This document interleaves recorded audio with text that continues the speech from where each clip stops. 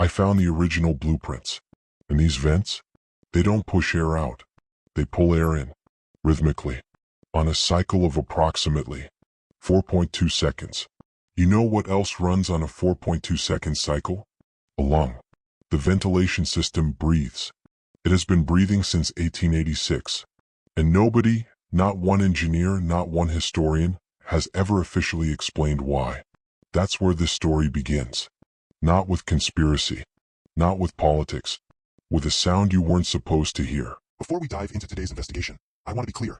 The stories and theories shared on this channel are part of an alternative history exploration. We're digging into the unexplained, the unsettling, and the what-ifs of our world. Think of this as a journey into the dark side of history, part research, part legend. Watch with an open mind, but remember, this is for narrative and entertainment purposes only.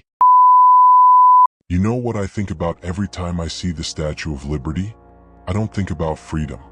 I think about what's underneath it. In 1885, 214 crates arrived in New York Harbor. 214. That's more than the statue itself needed. Engineers wrote it off as extra materials. The press called it Bartholdi's gift. Nobody asked what was in the other crates. Nobody wanted to ask. Here's what the official record says. The pedestal was built with a ventilation system running through its core. Sounds boring, right? Routine engineering. Except, I found the original blueprints. And these vents, they don't push air out. They pull air in, rhythmically, on a cycle of approximately 4.2 seconds. You know what else runs on a 4.2-second cycle? A lung. The ventilation system breathes. It has been breathing since 1886.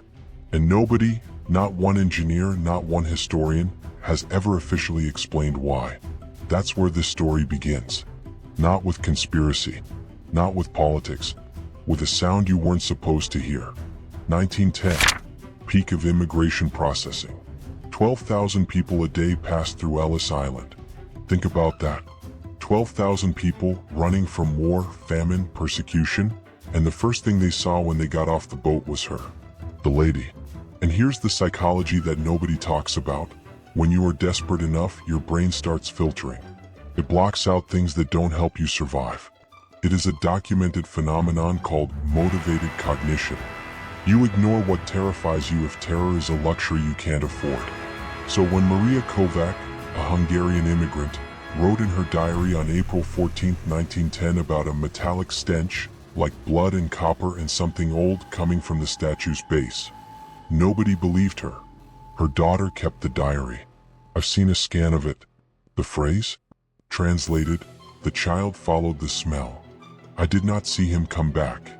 A child disappeared near the statue's base in 1910. The official record says he drowned. His name was Istvan Kovac. He was 6 years old. There is no drowning report. I checked. His family protested for 3 years. Then they stopped protesting. And here's the part that should keep you up at night. Maria Kovac's diary has never been officially cataloged by the Ellis Island National Museum. I wonder why. 1949.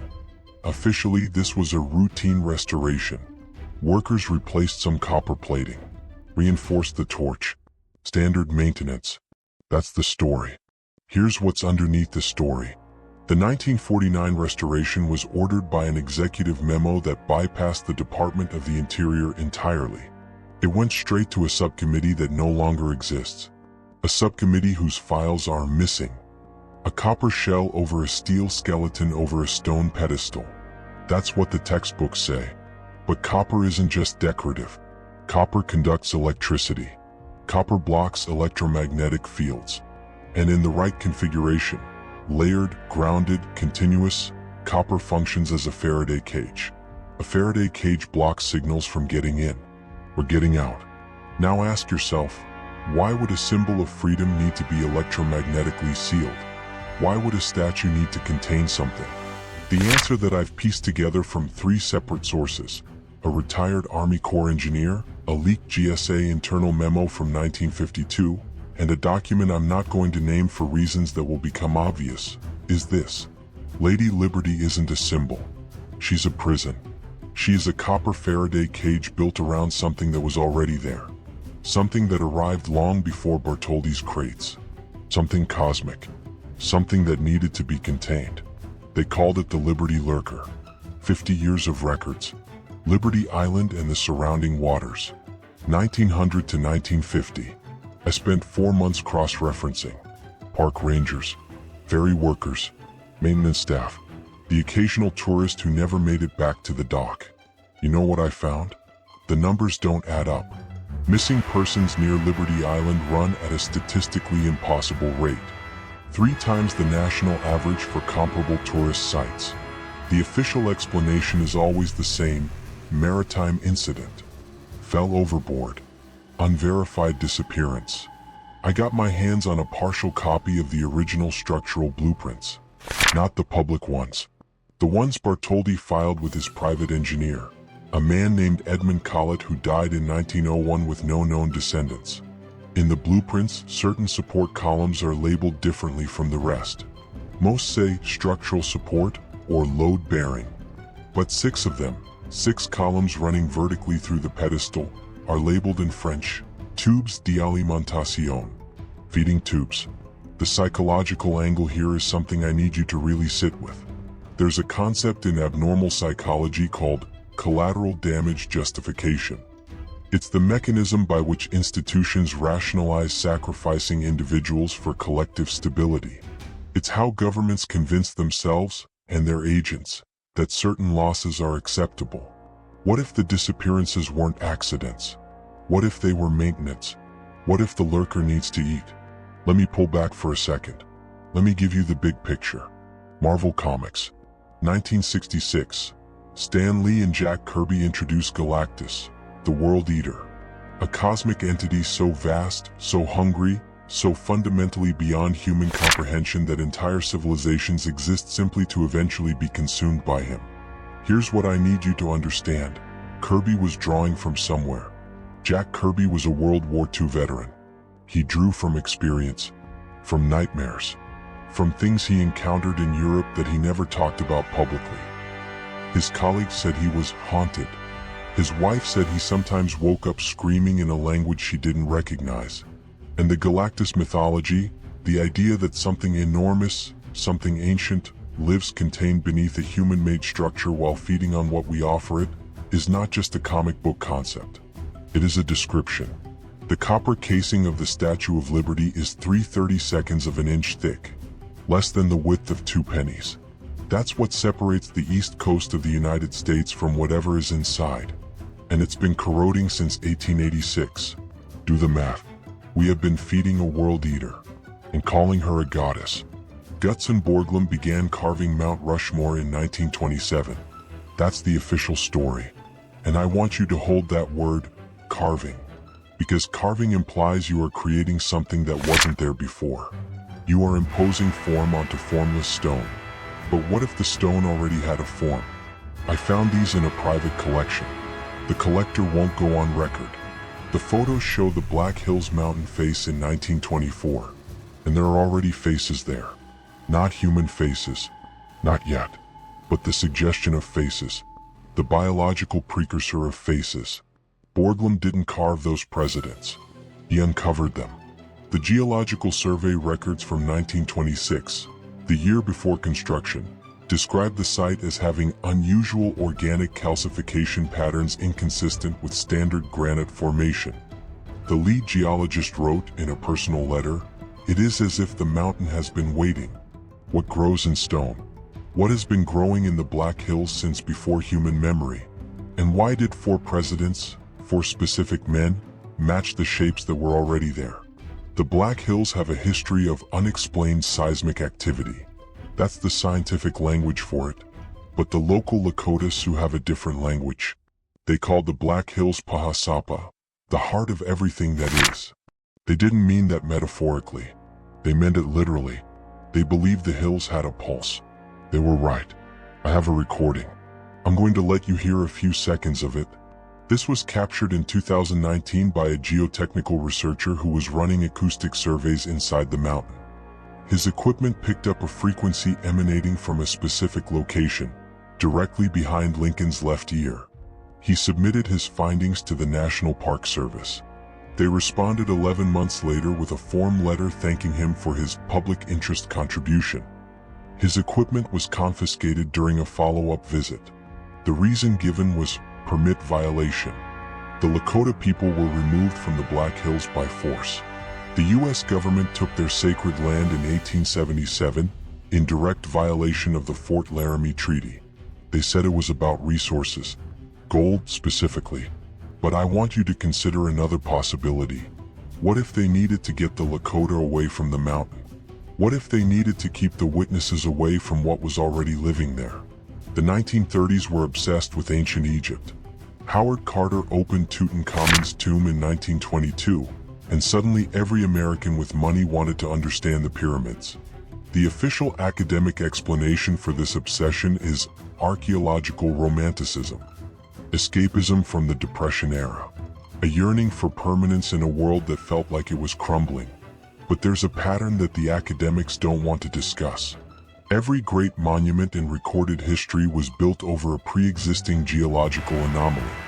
The pyramids sit on a formation of limestone honeycombed with tunnels that predate the ancient Egyptians. Stonehenge sits above a network of underground rivers that create measurable electromagnetic distortions. The Aztec Pyramid of the Sun was built above a natural cave system. And every single one of these structures has what ancient architects called biological vents. Look at these images. Same formation, same angle, same biological architecture. One is 4,500 years old. One is 90 years old. Here is the psychological principle at work: historical mimicry. The theory that human construction instinctively mirrors what we find already existing in the earth, because we are being guided toward those forms. Because something needs us to build these structures, to tend them, to worship at them. Because worship is just another word for feeding. His name was Harold Finster. He was 34 years old. He worked on the Mount Rushmore project from 1935 to 1938. He had a wife named Dorothy and two daughters, Agnes and Ruth. On September 12, 1938, Harold Finster fell into a crevice in the mountain during a dynamite operation. His foreman reported it. His crew witnessed it. Dorothy Finster received a telegram informing her of the accident. 3 weeks later, she received a second telegram. This one told her that the investigation had concluded and that Harold Finster had never been employed on the Mount Rushmore project.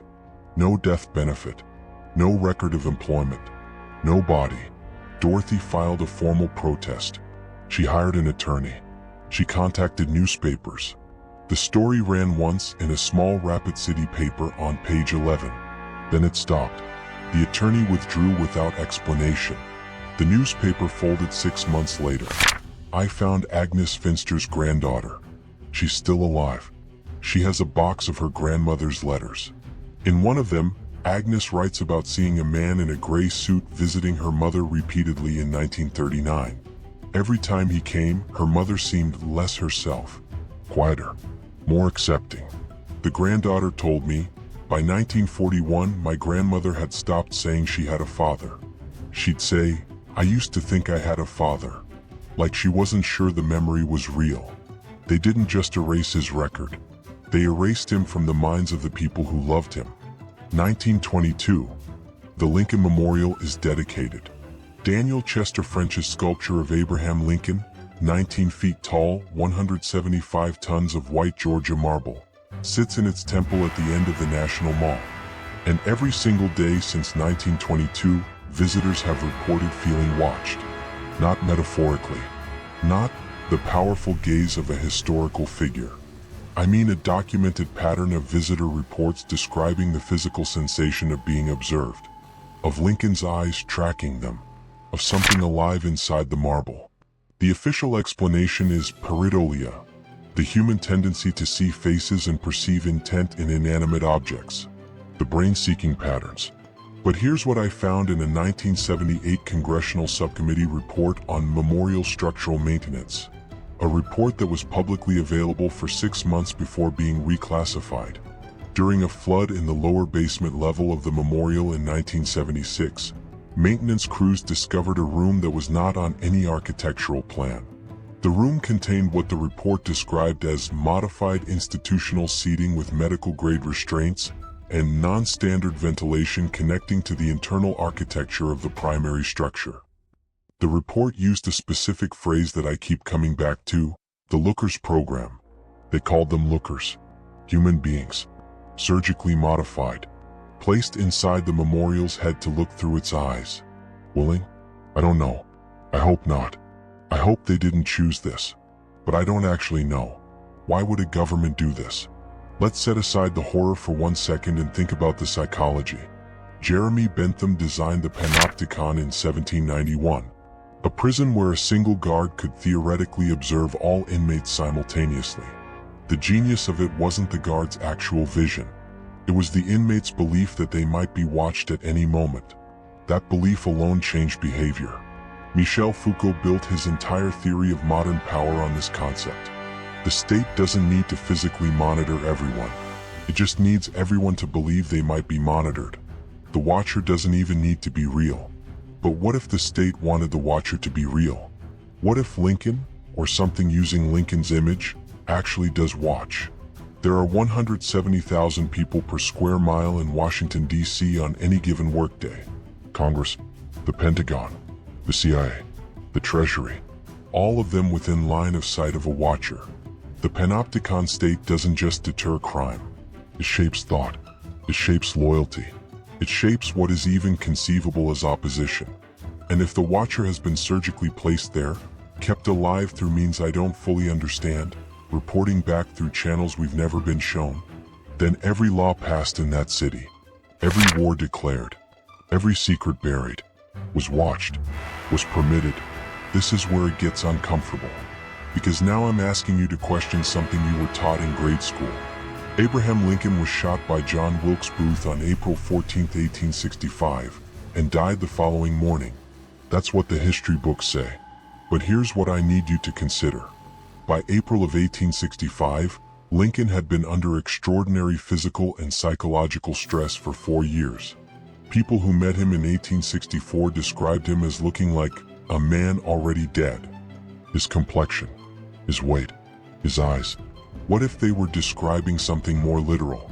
The theory is this: Lincoln, the man born in Kentucky in 1809, had already been replaced by early 1865. What Booth shot was not a human being. It was what my sources call a husk, a biological vessel, an empty shell that carried Lincoln's appearance but not his consciousness. The real Abraham Lincoln, or whatever Lincoln had become by that point, had already been transferred, already been preserved, already been placed inside the structure that would bear his name. Booth knew. That's why he said, "Sic semper tyrannis." Not, "Thus always to tyrants." Thus always to what appears to be tyrants. He thought he was ending it. He was wrong. He just ended the performance. The real Lincoln has been watching ever since. 555 feet. The tallest stone structure in the world when it was completed in 1884. You know the first thing that strikes me every time I see it? It looks like a weapon. Not a memorial. Not a monument. A weapon pointed at the sky. Or a signal. Or a stinger. The 2011 earthquake. 5.8 magnitude. The Washington Monument sustained unprecedented damage. Cracks in the capstone, damage to the top levels that engineers described as mechanically impossible given the seismic intensity. But here's what wasn't in the news coverage. The seismographic data from that earthquake has an anomaly. The shock waves didn't radiate outward from a fault line. They radiated upward, from below the monument, from directly below. Something miles underground released energy, and the monument was the point of transmission. The obelisk shape is ancient, pre-Egyptian in its earliest forms. In Proto-Mesopotamian cosmology, the obelisk represented the sting of an earth creature, the visible tip of a being whose body existed below the crust. The Washington Monument isn't a tribute to a president. It's an antenna, or a spine, or the protruding stinger of something that has been coiled under the Capitol of the United States since before the Capitol existed. And in 2011 it moved. I need to tell you about the special trees. This isn't government classified material. This is hiding in plain sight, in public parks, on street corners, in the background of family photos that have already been taken. The special trees are indistinguishable from ordinary trees with the naked eye. Same bark, same leaves, same height, but they show up differently on certain forms of thermal imaging. They have a heat signature that matches mammalian tissue, not plant tissue.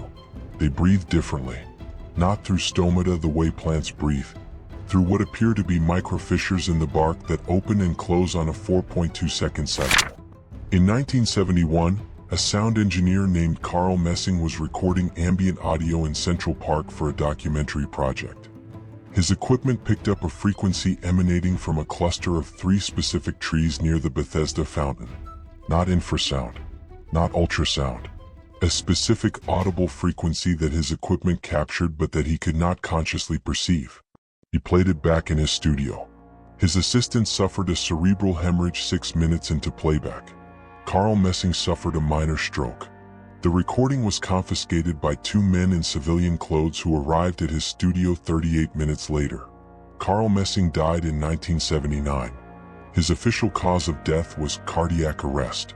He was 41 years old. You have already walked past a special tree. I'm almost certain of this. And I need you to understand, it was listening. 1930, the Great Depression. While millions starved, John D. Rockefeller Jr. spent $100 million building a city within a city in the heart of Manhattan. The official story, a bold act of economic confidence. A display of American capitalism's refusal to surrender. The psychological reality, Rockefeller knew exactly what he was building over. Below the public levels.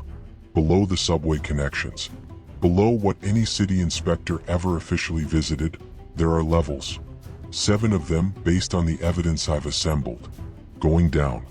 And widening as they go, which is structurally anomalous for a building with a narrow surface footprint. The deeper levels don't match any known construction purpose. They are large, curved, warm. And every year around late November, the centerpiece of Rockefeller Center is revealed. A massive tree. The Christmas tree. Decorated with lights. Celebrated by millions. The tree isn't a tradition. It's a lure. It emits a frequency, masked by the lights, by the crowds, by the noise, that attracts a specific type of attention. Not human attention. The attention of whatever lives in the levels below. And every year, fed by that attention, it grows a little stronger. Her name was Virginia Arnoldson. She was 11 years old. December 6, 1947. Her parents brought her to the Rockefeller Center tree lighting. It was her first time in New York. She was wearing a red coat. Her mother remembered this specifically, the red coat. She remembered turning away for less than a minute to purchase a hot pretzel. When she turned back, Virginia was gone. The police report was filed. The investigation lasted 3 weeks. No trace. No witnesses who recalled seeing her leave. No physical evidence. She simply ceased to be present. In 1989, a woman walked into the 19th precinct and asked to file a missing persons report. She gave her name as Virginia Arnoldson. She appeared to be no older than 11. She was carrying documentation. A birth certificate dated 1936. A school record from Queens. The officer who interviewed her noted that she spoke in an archaic register, using phrases and references consistent with someone from the 1940s. But here is the detail that ended the investigation almost immediately. The duty physician was called. A standard wellness check. He found that Virginia Arnoldson's organs were mirrored. Her heart was on the right side, her liver on the left, her stomach where her spleen should have been. Every internal organ reversed as if she had been disassembled, reflected, and reassembled. She was in perfect health. Better than perfect. Her tissue showed 0 cellular aging. She was released. She vanished again within 48 hours. Where does a mirrored girl go? I don't know, but I think she went back. Let me explain what mirroring does to a human being. Not physically, psychologically. The uncanny valley is a concept from robotics. It describes the deep revulsion humans feel when we encounter something that looks almost exactly like a human being, but not quite. It's not the difference that disturbs us. It's the similarity. Virginia Arnoldson, by all external appearances, was a normal child. The horror was internal, invisible. And yet, the physician who examined her reported that he had trouble meeting her eyes for reasons he couldn't articulate. His report used the phrase chemically wrong. There is documented research on survivors of certain psychological traumas, particularly displacement traumas, where victims return to their families apparently intact, but family members report a persistent sense of wrongness. The survivor's voice has the same patterns, their face has the same features, but the mother cannot shake the feeling that this is not her child. In most clinical cases, this is attributed to the trauma itself, to the family's grief, to their difficulty accepting the changed person their loved one has become. But what if, in some cases, the feeling is accurate? What if something can replace the interior of a person while leaving the exterior intact? What if the thing that came back from Rockefeller Center in 1989 wasn't Virginia Arnoldson at all, but something wearing Virginia Arnoldson's exterior, mirrored from the inside, perfect in every external detail? And what if it came back because it wanted something? 1968 is one of the most violent, chaotic years in American political history. Martin Luther King assassinated. Robert Kennedy assassinated. Cities burning. Vietnam consuming a generation. And into this chaos steps, for the purpose of this narrative, a figure I'll call the rebel president. A man with perfect hair. Perfect skin. A smile that the cameras loved and that the public devoured. The psychological principle here is the cult of personality. It is the mechanism by which a population in crisis surrenders its critical faculties to a single charismatic figure. Psychologists call it authoritarian regression. When the world feels out of control, the human brain actively seeks a strong face to organize reality around. But look at the skin. Look closely. In high-resolution footage from this era, there are subtle irregularities. Not wrinkles, not blemishes. A texture that several dermatologists, when shown the footage without context, have independently described as non-organic. As if the surface is not skin, but a material designed to simulate skin. One used the word membrane. The Leja is a concept from certain pre-Columbian cosmological traditions, a being that wears a human face as a mask, drawing sustenance from the adoration directed at that face. The more people look, the more they love, the stronger it gets. In 1968, 100 million Americans looked. Richard Nixon has always been understood as paranoid. His wiretapping, his enemies list, his absolute conviction that he was surrounded by forces intent on his destruction. What if he was right? What if his paranoia wasn't a character flaw but a survival instinct? I have a document. I'm going to describe it carefully because I cannot show it on screen. It is a handwritten note, 3 pages, legal pad, dated October 1971. The handwriting matches Nixon's verified penmanship on file with the Nixon Presidential Library. It was not found with his official papers. It was found in a wall cavity during renovation of a private residence in Virginia in 2009. The current owner has never gone public. I have seen photographs of it. I have had the text transcribed by someone I trust. The note describes a meeting, a confrontation. Nixon writes about looking into the eyes of his political opponent, the figure we've been calling the rebel president, and seeing not eyes as I understand them, but holes like black holes, like the thing behind the face has no surface, only depth, only hunger. He writes, it wants everything. It wants what I have, what the country has, what the world has. It will never stop wanting. He writes, I don't think it's human. I don't think it's ever been human. Nixon was many things. A liar, a criminal, a man undone by his own darkness. But maybe he was also a man who understood what he was actually fighting. And lost anyway. Television changed everything. You know this. Every media theorist from Marshall McLuhan forward has explained how the medium reshapes the message, how the screen creates a reality separate from physical reality. But here's what McLuhan didn't address. What happens when the content of the broadcast is designed not to inform or entertain, but to create a specific neurological state in the viewer? What happens when the siren is real? In 1976, a broadcast engineering researcher named Dr. Patricia Helms at Ohio State University published a paper in an internal technical journal.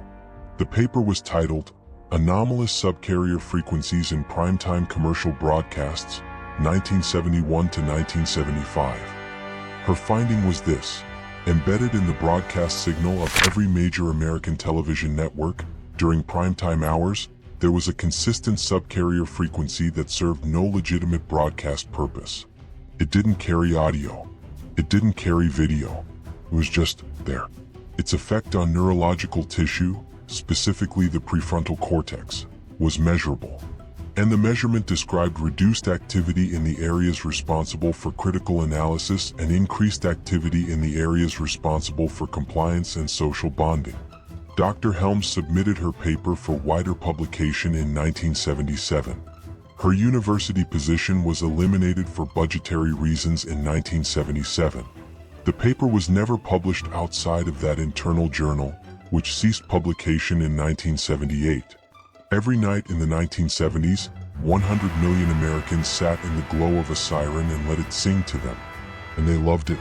Let me tell you what that painting doesn't show. December 26, 1776. Washington and 2,400 soldiers crossed the Delaware River in the dead of winter to surprise the Hessian garrison at Trenton. It is one of the most celebrated moments in American military history. It turned the tide of the Revolution. And I want to be clear, the battle happened. The victory happened. History is not wrong about that. But there is a detail in the historical record that has never been satisfactorily explained. The soldiers who crossed with Washington that night reported that he was not himself. Not in the colloquial sense, in the literal sense. One sergeant wrote in his diary, a diary that exists, that has been authenticated, that is quoted selectively in academic texts and then the context is dropped. The general does not breathe as a man breathes. He is still.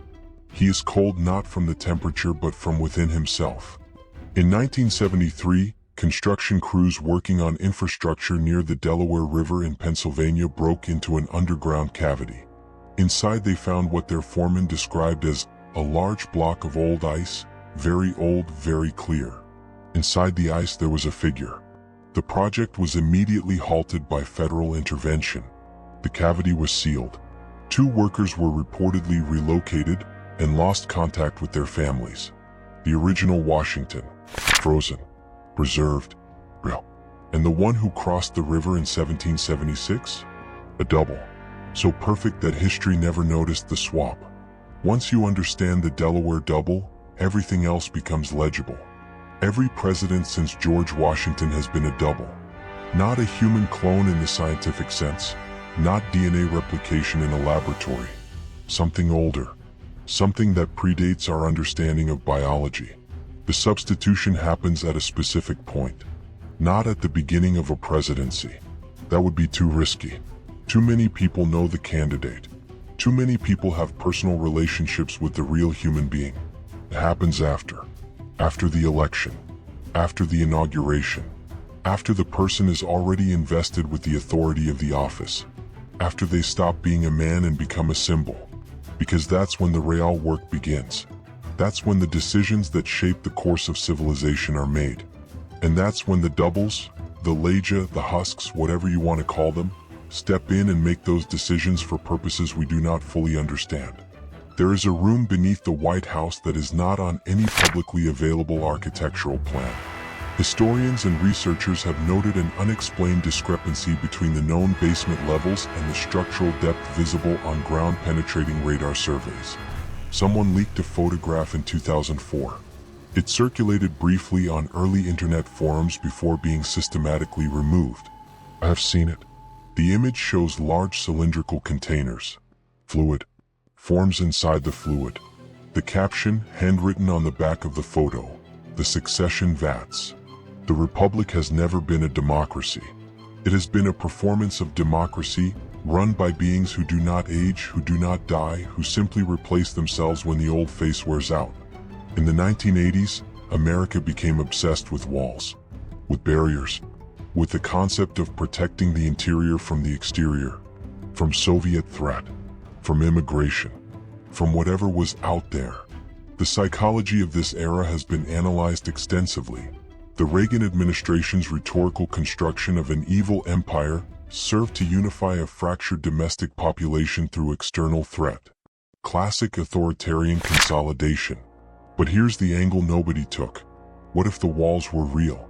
Not metaphorical, not rhetorical.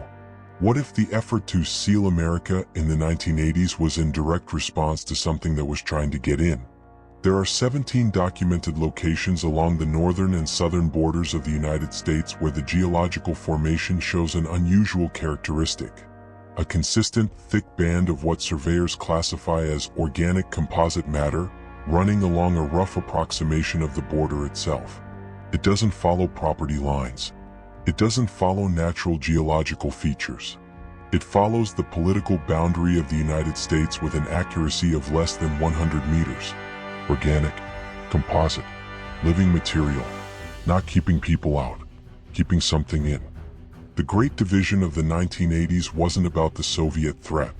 It wasn't about immigration. It was about containing what was already inside, the entities, the doubles, the special trees, the things that had been accumulating inside American borders for 2 centuries, keeping the infection from spreading. The Grand Canyon is 277 miles long, up to 18 miles wide, over a mile deep. The Colorado River carved it over approximately 5 to 6 million years. That's what the geology textbooks say. And I want to be very precise here because I'm not dismissing the geological science. The erosion happened. The Colorado River did that work. I'm not arguing with hydrology. I'm arguing with the premise that the river created the shape. Look at the cross-sectional profile of the Grand Canyon. Compare it to a surgical incision. A scaled, controlled cut through layered tissue. Not the ragged tearing of erosion. The geological layers at the canyon's walls show something more deliberate. Straight sections where physics would predict curves. Angular cuts where gradual wearing would produce smooth faces. The Colorado River followed a pre-existing channel.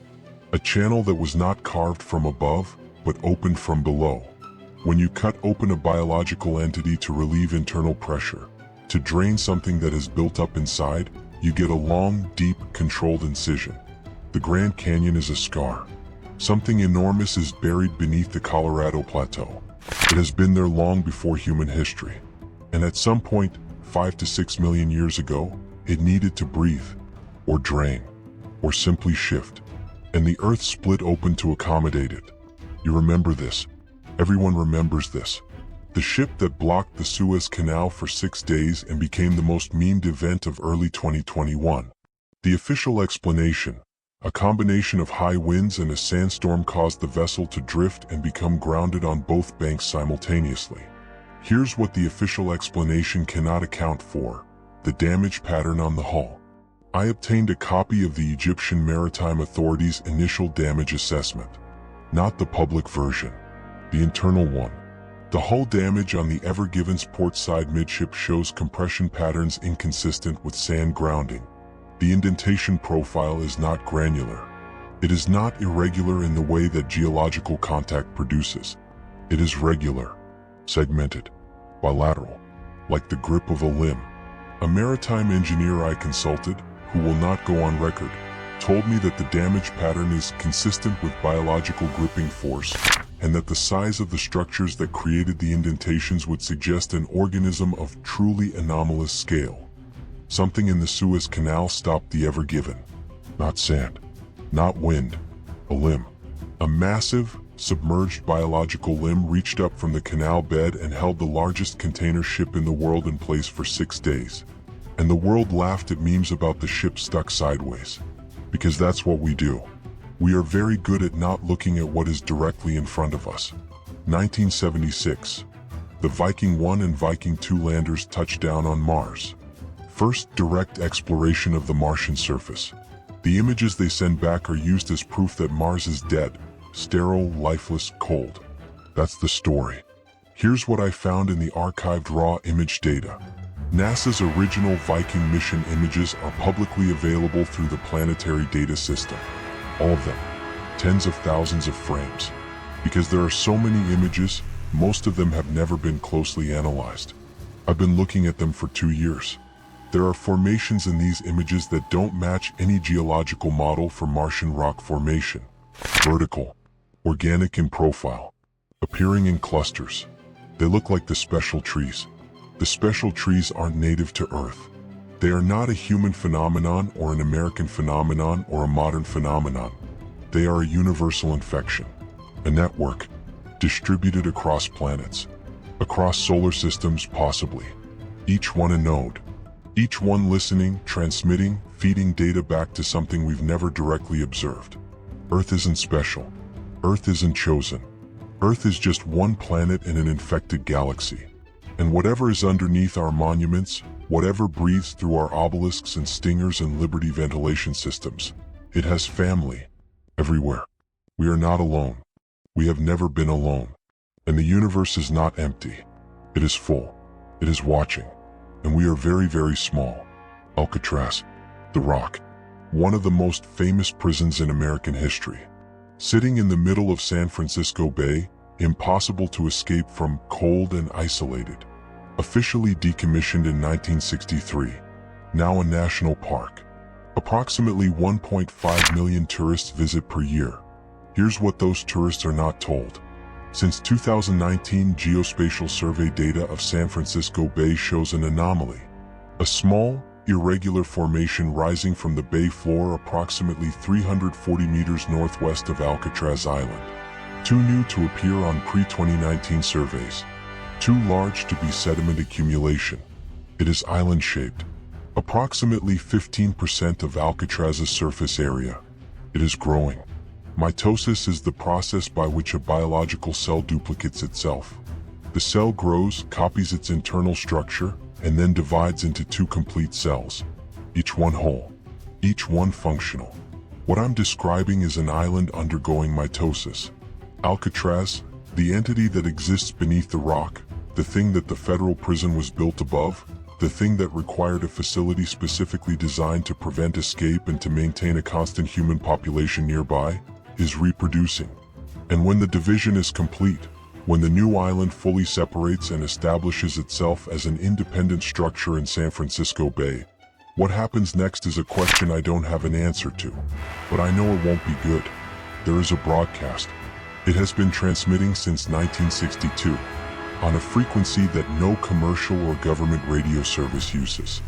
It is detected occasionally by amateur radio operators who report it on forums and then stop reporting it. Sometimes they stop posting altogether. The transmission is not language exactly. It is pattern. It is the sound of something describing itself, of something narrating its own existence into the void. I have listened to approximately 14 hours of it. I want to tell you what it feels like. Feels familiar. The narrative I've been sharing with you, these 30 chapters of monuments and sacrifices and watchers and doubles and special trees and cosmic entities and mirrors, where did it come from? I've been presenting it as research, as investigation, as a series of documents and testimonies and anomalies that I, the narrator, have assembled through years of careful work. But I want you to sit with a different possibility. What if I'm not a researcher? What if I'm a broadcast? What if the transmission found me in 2019, the same year the Alcatraz formation first appeared, the same year I first heard the heartbeat behind Lincoln's ear, the same year the special trees started moving outside my apartment window at night? What if I'm not telling you this story? What if something else is telling this story through me? I've been noticing things lately, about my own hands, about the way mirrors work differently at certain angles, about a smell, metallic, like copper and blood and something old, that sometimes fills my apartment at 4.2 second intervals. Before I finish, I need to say something. Harold Finster, the man who fell into the mountain in 1938 and was erased from the record. He had two daughters, Agnes and Ruth. Agnes grew up without knowing for certain whether her father was real. That is not a conspiracy fact. That is a grief. That is a specific human devastating grief. Istvan Kovac, the 6-year-old boy who followed a smell near Liberty Island in 1910 and never came back. He would have been 76 years old in 1980. He should have had a life. He should have had someone who remembered his birthday. Virginia Arnoldson, the 11-year-old girl in the red coat. Whether what came back in 1989 was her or something wearing her, there was a real child who went to see the Christmas tree with her parents and didn't come home. Her mother stood in Rockefeller Plaza in a December crowd, holding a pretzel, looking for a red coat for the rest of her life. The entities, the structures, the cosmic horror, that's one story. But underneath it, running through it, is another story. A story about the people who were used, who were taken, who were erased, who were never officially counted. We build monuments to the great and the powerful. We name plazas after corporations and name mountains after presidents. But the real monuments, the ones that matter, are the ones nobody built. They are the shapes left by absence, the space where a person used to be, the silence where a name should be spoken. If you remember nothing else from this, their names were real. Their lives mattered. Whatever took them, they were not offered willingly. The Statue of Liberty is still standing. Mount Rushmore is still standing. The Lincoln Memorial, the Washington Monument, the Rockefeller Center Christmas tree, Alcatraz Island, all of it still standing, still visited, still photographed, still loved. You probably have a photo of yourself in front of at least one of them. I want to leave you with a question that I think about every single day. If the monument is still standing, if the Liberty Lurker is still contained, if the lookers are still watching, if the Washington Stinger is still coiled beneath the Capitol, if the special trees are still transmitting, then the arrangement is still intact. The feeding is still happening. The watching is still happening. The breeding is still happening. And the question is, by whom? Because here's the thing about a system this old, this embedded, this deeply integrated into the architecture of civilization. It doesn't maintain itself. Someone maintains it. Someone has always maintained it. Someone knows exactly where the feeding tubes are and when the lurker needs maintenance, and how to keep the looker alive inside the marble head, and what the special trees need to stay healthy and listening. And those people are everywhere. They work in government offices and park services and construction crews and city maintenance departments. They go home to families. They have children. They know.